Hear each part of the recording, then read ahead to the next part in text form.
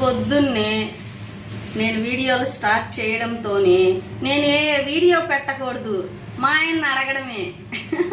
ఆ వీడియో పెట్టింది ఏంటి, ఈ వీడియో పెట్టింది ఏంటి అని. నా వీడియోలు నేను చేసుకుంటున్నానండి. నా వంటగదిలో నుంచొని నేను చేసుకుంటున్నా. వాళ్ళకేంటో బాధ. నా వీడియోస్ ఎవరు చూడమన్నారు? అన్సబ్స్క్రైబ్ చేసుకోవచ్చు కదా.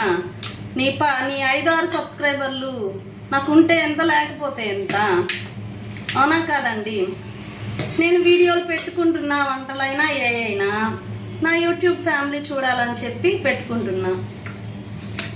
మీకోసం నేనేం పెట్టుకోవట్లేదే. ఇష్టం లేకపోతే అన్సబ్స్క్రైబ్ చేసుకోవాలి. మా ఆయన ఏం చేస్తాడేంది? మా ఆయనకి ఇష్టమయ్యే వీడియోలు చేసుకుంటున్నాను నేను. మీకు ఇష్టమై కాదు కదా.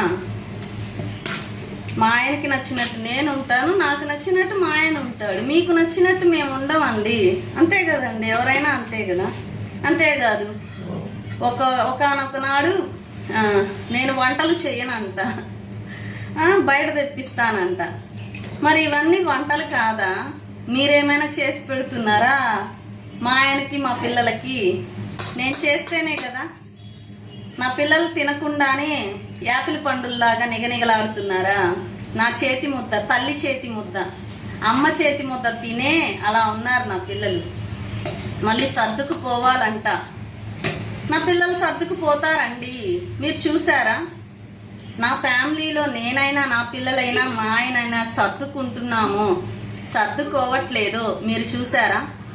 ఎవరైనా ఉన్ననాడు పరమాన్నం తింటారు, లేని నాడు పచ్చడి మెతుకులే తింటారు. మేము అంతేనండి. వాళ్ళకేం బాధ నాకు అర్థం కావట్లేదు. ఇప్పుడు మేము కొట్టుకొని చావాలేమో వాళ్ళ బాధ. అబ్బా, నాకైతే అంతా ఇంత కోపం రావట్లే. ఇదే లాస్ట్ అండ్ ఫైనల్ వార్నింగ్ వాళ్ళకి.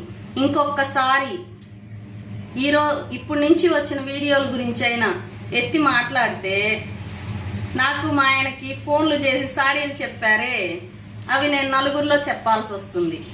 అప్పుడు మీ పరువు ఏం కాను, మీ మొహం ఎక్కడ పెట్టుకుంటారు చెప్పండి? నలుగురిలోనే చెప్తా నేను.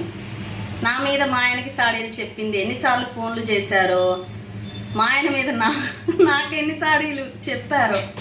మా ఆయనది నాది గట్టి గుండె నిజంగా. మేము ఏది జరిగినా ఒకరికొకరం ఇంటికి వచ్చి చెప్పుకుంటామండి. అందుకే మేము ఇంకా కలిసిమెలిసి చక్కగా ఉన్నాం.